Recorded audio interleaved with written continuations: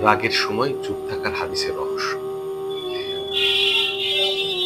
রাগ এমন একটি আগুন যা মুহূর্তের মধ্যে সম্পর্ক ভেঙে দেয়, শান্তি নষ্ট করে আর পাপের দরজা খুলে দেয়।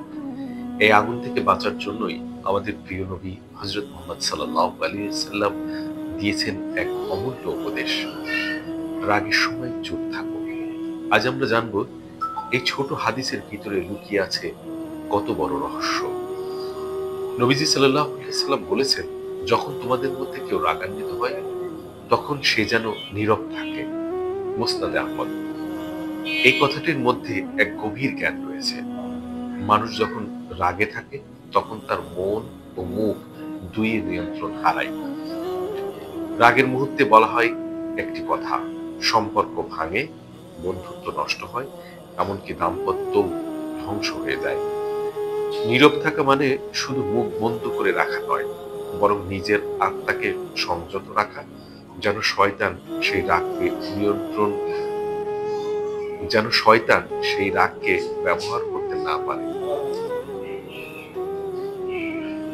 একবার এক সাহাবী নবীজি সাল্লাল্লাহু আলাইহি সাল্লামের কাছে এসে বললেন, হে আল্লাহর রাসূল, আমাকে উপদেশ দিন।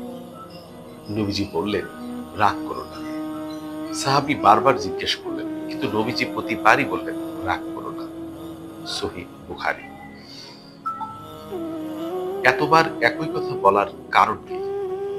কারণ নবীজি জানতেন, রাগ যদি নিয়ন্ত্রণে থাকে মানুষ জান্নাতের পথে থাকে, আর রাগ যদি নিয়ন্ত্রণের বাইরে যায় তখন মানুষ এমন কাজ করে ফেলে যা তাকে জাহান্নামের দিকে নিয়ে যায়।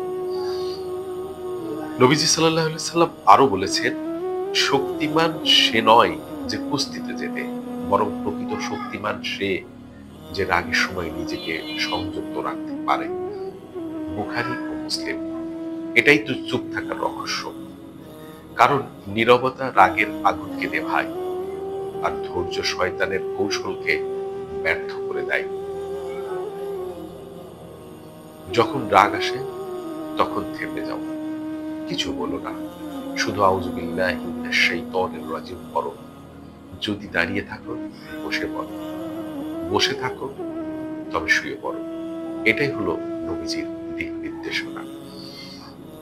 রাগের এক মুহূর্তের নীরবতা তোমার জন্য এনে দিতে পারে আল্লাহর ক্ষমা, মানুষের ভালোবাসা এবং জান্নাতের প্রতিশ্রুতি। যে রাগ দমন করে অথচ প্রতিশোধ দিতে পারে, আল্লাহ কিয়ামতের দিন তাকে জান্নাতের দরজা দিয়ে ডাকবেন। তিনি নিজে। আসুন আমরা নবীজির এই শিক্ষা মেনে চলি। রাগ নয় ধৈর্য, বিবাদ নয় নীরবতা, আর নয় প্রতিশোধ, ক্ষমা বেছে নিই।